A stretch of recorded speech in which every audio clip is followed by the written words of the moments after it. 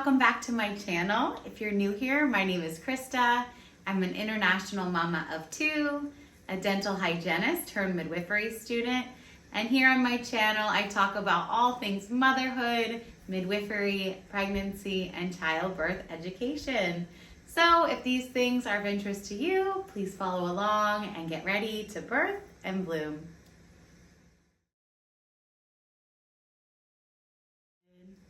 Hello, hello. Welcome back to my channel. I'm so happy you're here. So what are we going to be talking about today?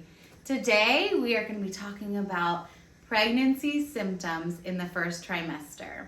So if you're watching this and you just found out you're pregnant, first of all, congratulations. This is a very exciting time.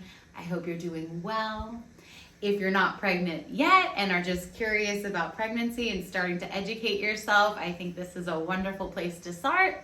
It's really always important in my mind to educate yourself about the process that you're about to endure, to maybe kind of prepare and mentally prepare physically, spiritually, mentally of what's to come. So without further ado, let's get into this week's topic. So I'm going to refer back to a couple things today. My handy dandy midwifery book by Anne Fry. This is a great one. And just some notes that I've made. So the first trimester. It can be tough. It can be fantastic. You know, every pregnancy is different from woman to woman. If it's your first pregnancy, your fifth pregnancy, if you're having a girl, if you're having a boy, there's so many factors at play, and you know, every pregnancy can be different. So you could be really sick in one pregnancy, and then in the next you feel fantastic, you feel energized and great.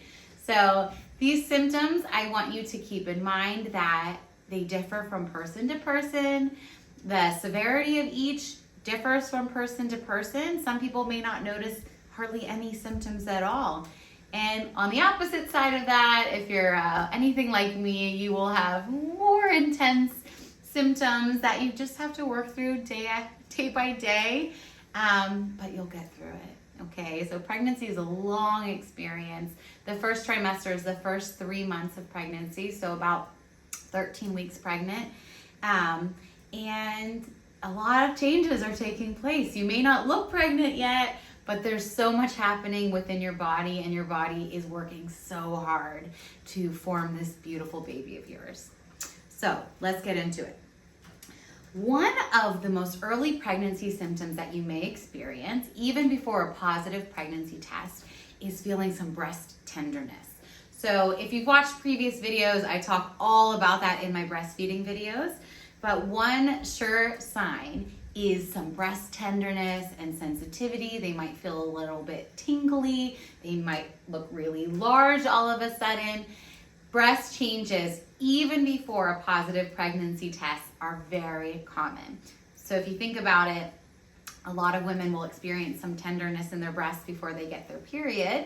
So mind you, the influx in hormones is really intense when you're pregnant. So it's like PMS on steroids, because let's be real, there's a lot of hormones in your system doing their things, having all very important roles within your pregnancy. But that is something to be aware of. You may have that tenderness and soreness and be like, whoa, what is happening?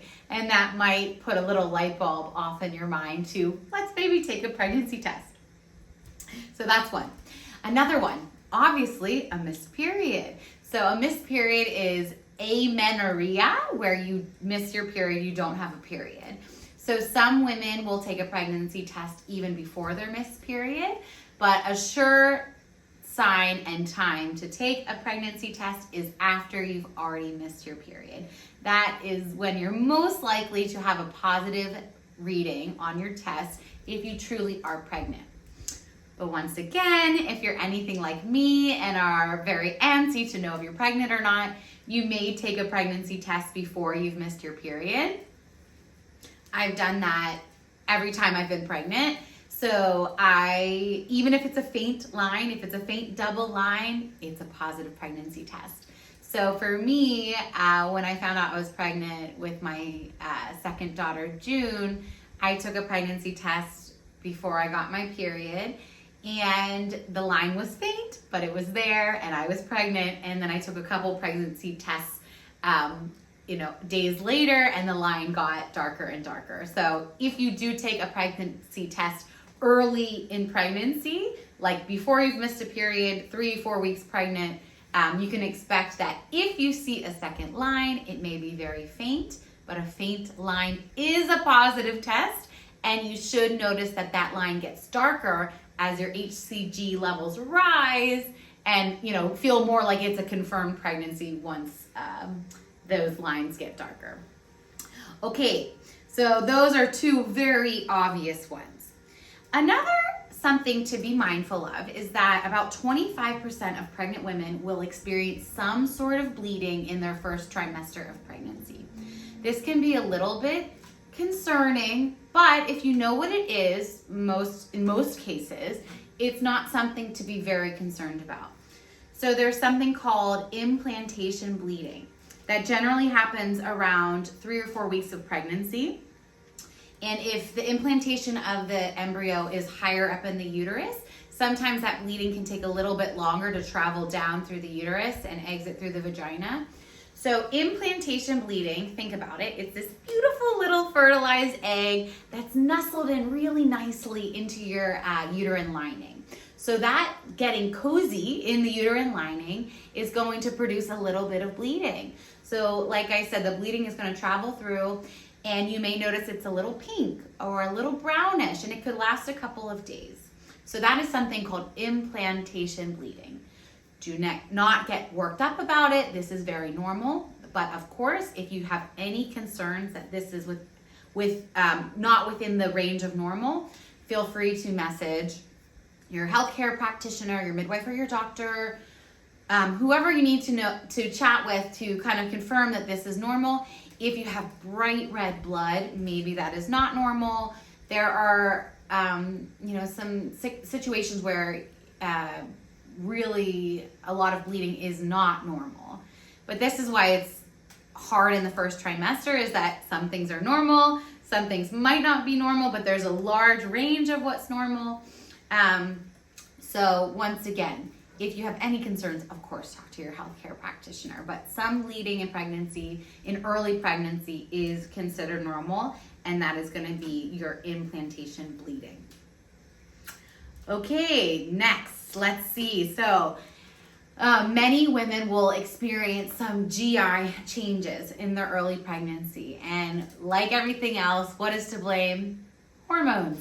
So when we are pregnant, our levels of progesterone slow down the muscles of our GI system, meaning you can experience some constipation, you can experience some heartburn.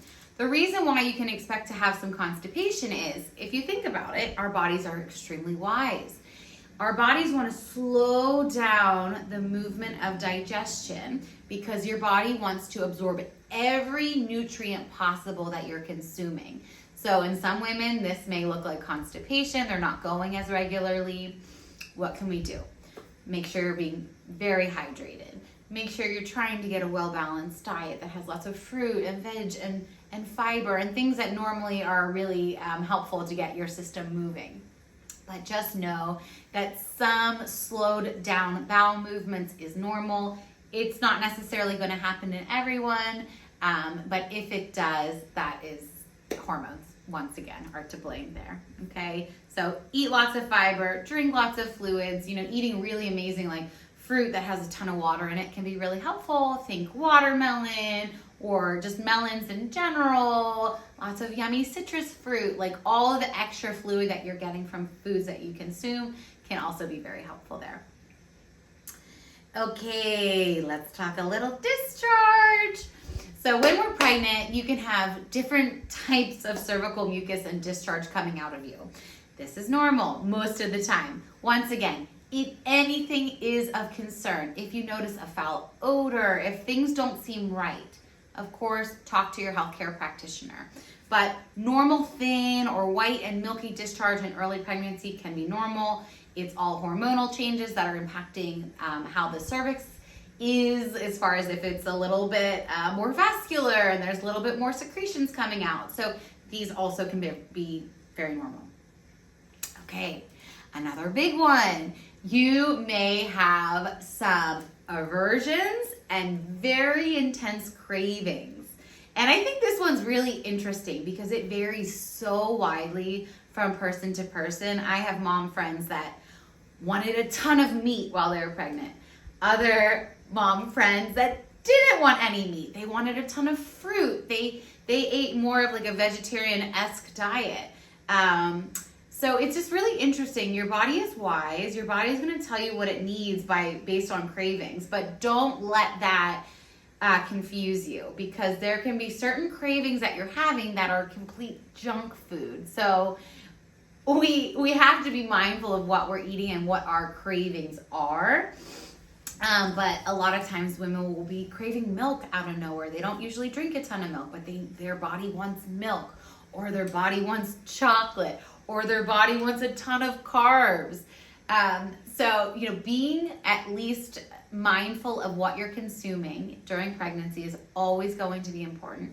It's always important that we're wanting to eat nutrient-dense foods, but there's a little bit of flexibility, of course. If you are a pregnant mama and have intense cravings and you want your treat, then, do what you want. It's your body. It's your choice.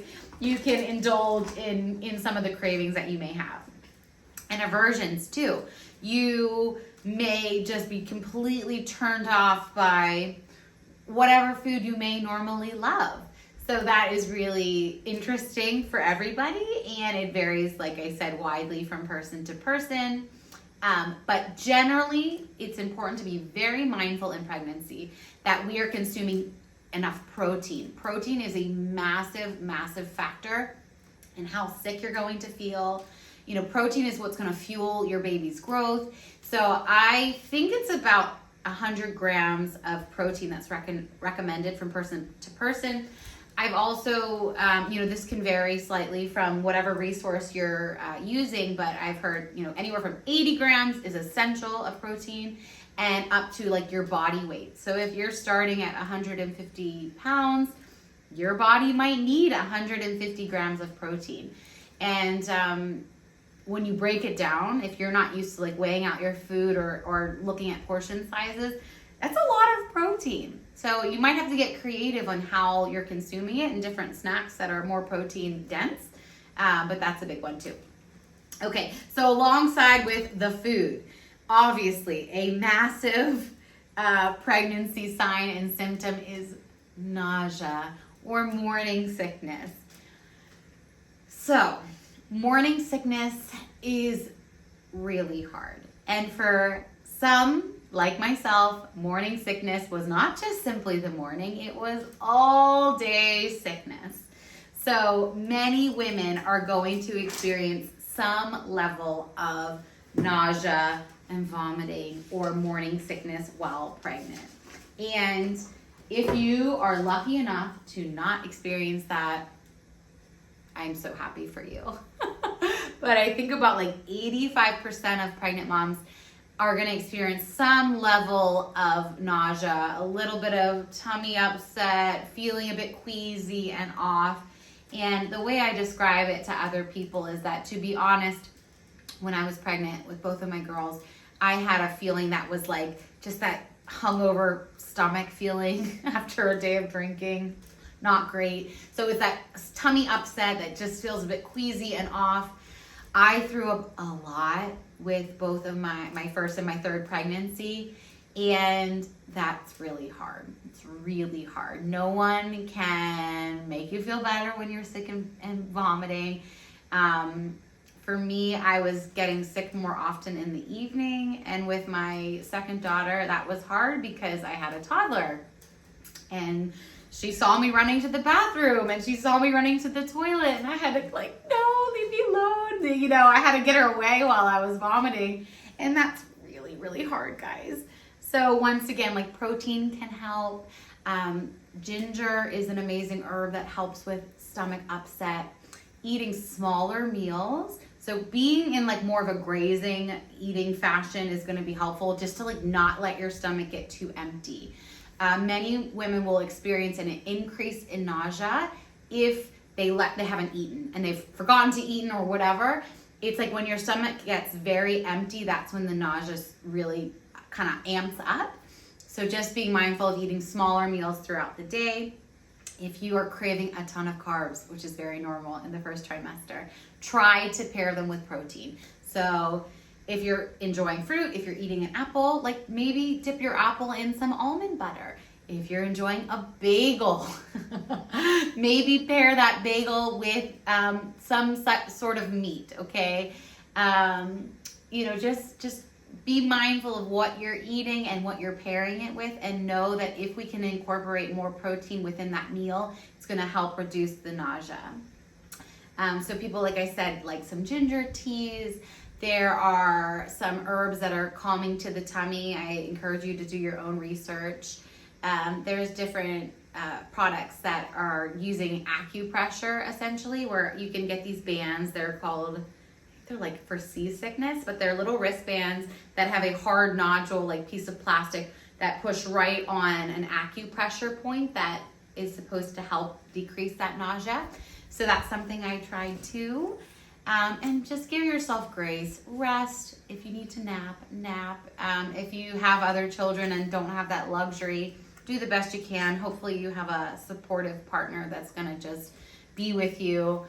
And know that being sick, it's really hard. You're tired, you're exhausted, you're growing a baby. It's going to pass.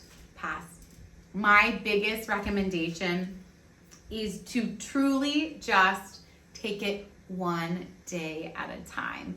When you're sick for weeks on end, thinking about the big picture of like, oh my God, I could be sick for another 4 weeks, or I could be sick for another however many weeks. That is not helpful to your mental health. That is not helpful to your spirit and your physical body. Take it one day at a time. For many women, the fog seems to lift around 12, 13, 14 weeks, and they're not really getting sick anymore. Others, it can last longer. I was probably still vomiting until I was like 15 or 16 weeks with my second daughter. And I think with my first pregnancy, I didn't feel great until at least like 14 weeks. Generally, that second trimester is when the fog is going to lift, when you're going to start to get some more energy back and you're going to start to feel more like yourself. But in some extreme cases, women are really sick throughout their whole pregnancy. So this is why like preconception, it is so vital to get your body healthy, get yourself feeling good, giving yourself really amazing nutrient-dense foods, building up your mineral stores. Like there's so many things that we can do before we become pregnant that is gonna best support a healthy, normal pregnancy. And that being said, when we are pregnant, it is important to know that with the food that we are consuming, to pay attention to our appetite. Eat when you are hungry. Drink when you are thirsty. Salt to taste. There is a misconception that salt is our enemy. It is absolutely not. Salt is essential to have normal cellular fluid balance. If we are consuming a ton of water that is not rich in minerals, you can almost like flush out the system and flush out your minerals. Our bodies need minerals. So that is something that can help with all of the tummy upset and that kind of thing, is making sure that you're getting enough trace minerals. So I like something called trace mineral drops. So just drop into your normal filtered water. And there are different products out there that kind of help stabilize and maintain electrolyte balance. LMNT is an amazing electrolyte powder that I love, that pregnant mamas and breastfeeding moms really benefit from. Another is Liquid IV. There's a lot of different products on the market now that help regulate your electrolyte balance. But that's just something to be aware of. Like, salt is not the enemy. Salt is your friend. Salt to taste. And once again, eat small, frequent meals to avoid that tummy from being completely empty. And make sure most or all according to Anne, all of our foods have a high nutritional value. Okay, so really emphasizing protein, good, amazing fruit, veg. And yes, most of us are going to crave a lot of carbs in our first trimester. There's something comforting about that, especially if your stomach is upset. But just try to be mindful of feeding your body what it needs so you can grow this baby of yours. Okay, so that was a very, very big one, is morning sickness. Okay, so if you have it, solidarity. It gets better, but I know it's really, really hard when you're in the thick of it. So don't be afraid to just like let out the emotions, cry if you need to. It's a very overwhelming feeling with, you know, maybe people don't know you're pregnant yet and you're kind of commiserating in your own pity because you feel terrible, you're exhausted, you're tired, and maybe just your husband and your partner are there to support you and you don't have like your tribe yet. So if you're in the thick of it, my heart goes out to you because I have been there twice and it was really, really hard. So once again, with the changes in your hormones, your moods may go up and down. You may have some mood swings. You may feel really grateful and happy and excited that you're pregnant, and then you might feel really sad and ill and like everyone annoys you. You hate everyone. That's normal. I hate to say it, but you know, really having those mood swings is common in pregnancy. So if that happens to you, don't let it take you off guard. Give yourself grace. Like all of these things, give yourself grace. Okay, so you will notice that you're probably going to gain some weight in your first trimester. Perfectly normal. You can expect to gain about 3 to 6 pounds. This is depending on your body composition prior to pregnancy. So if you're already a bit overweight, you may not notice gaining weight at all. If you're really sick and you're throwing up a lot and you're not able to keep a lot down, you may actually lose some weight. It generally is going to balance out, but talk to your provider if we have concerns. You know, something to be noting, okay? So you'll only need about an extra 150 calories during the day, during the first trimester of pregnancy. And you may start to notice, so as baby is growing, when you're kind of touching your stomach, many women may not look pregnant in their first trimester, especially if this is your first baby. If it's your second, third, fourth, you probably will show much quicker. But if you're laying back, I encourage you to kind of palpate and feel your stomach. If you put your hands below your belly button, above your pubic bone, you may feel that your uterus is a bit enlarged. You may feel and notice that your uterus is growing. And I remember this with my first baby, and it was like it was so exciting that though I did not look pregnant to the world yet, I could feel that there was uterine growth, which meant my baby was growing inside of me. So really exciting. I strongly encourage you to tap into your body, acknowledge the symptoms that you're experiencing, connect with your baby, and just take pregnancy for what it is. Like, it is an incredible journey. Like, you are growing a human baby inside of you. You are about to meet your best friend. Like, I want you to really do your best to be present in the moment and not just rush to thinking about what life is going to be like once this baby is in your arms. I know that's easier said than done, because if you're really sick during your pregnancy, you want to kind of get through it and just move on. You want to get to the finish line. But this is me talking to myself too, because I don't love being pregnant. Pregnancy is really hard for me. But I encourage you to just, look at it with the most positive lens as possible, because for most of us, this is something we're only going to do a few times. So if you can connect to yourself and your baby as early in pregnancy as possible, I think that's only going to serve you. Okay, I think those are the major symptoms that come to mind. I did want to touch on a unique symptom that I had with my third pregnancy, my second baby. And this was having a metallic taste in my mouth. I had heard about this with my first pregnancy, was lucky enough not to experience it, but then experienced it in my third pregnancy. So as a dental hygienist, this was really puzzling to me. I had this metallic taste in my mouth. It tasted like I was like sucking on coins. And there was really nothing I could do to get rid of this taste in my mouth. Pregnant or not pregnant, I am pretty obsessed with my oral hygiene. So brushing and flossing, tongue scraping, I was doing all of the things, and the taste just really doesn't go away. So if you experience this, know that it's normal, and unfortunately you're part of the smaller population that gets to experience this really interesting and unique symptom. I don't remember exactly when this symptom went away for me. Part of me thinks I kind of experienced it throughout my whole pregnancy, but like I said, I don't remember for sure. It will go away after the baby comes. Many of these things are really a bear to deal with while you're pregnant. I'll go into second and third trimester symptoms in another video. But just know, everything is temporary. Nothing is gonna last forever. Even some of the weird, strange, uncomfortable symptoms that you're experiencing, they may stink in the moment, they may be hard, but they're not gonna last forever. So I just think having that mindset is really helpful to kind of get through it. Yeah, so let's leave it there.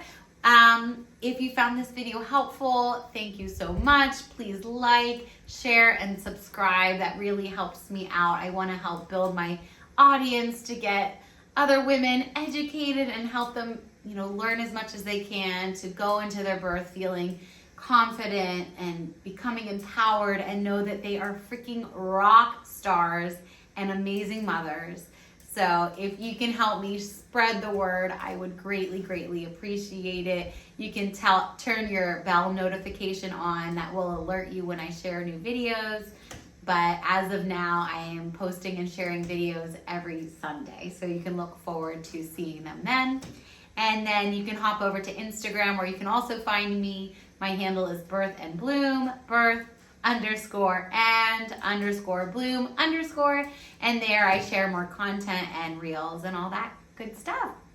So once again, I want to thank you so much for taking the time to watch my video, and I will see you in the next one. Bye-bye.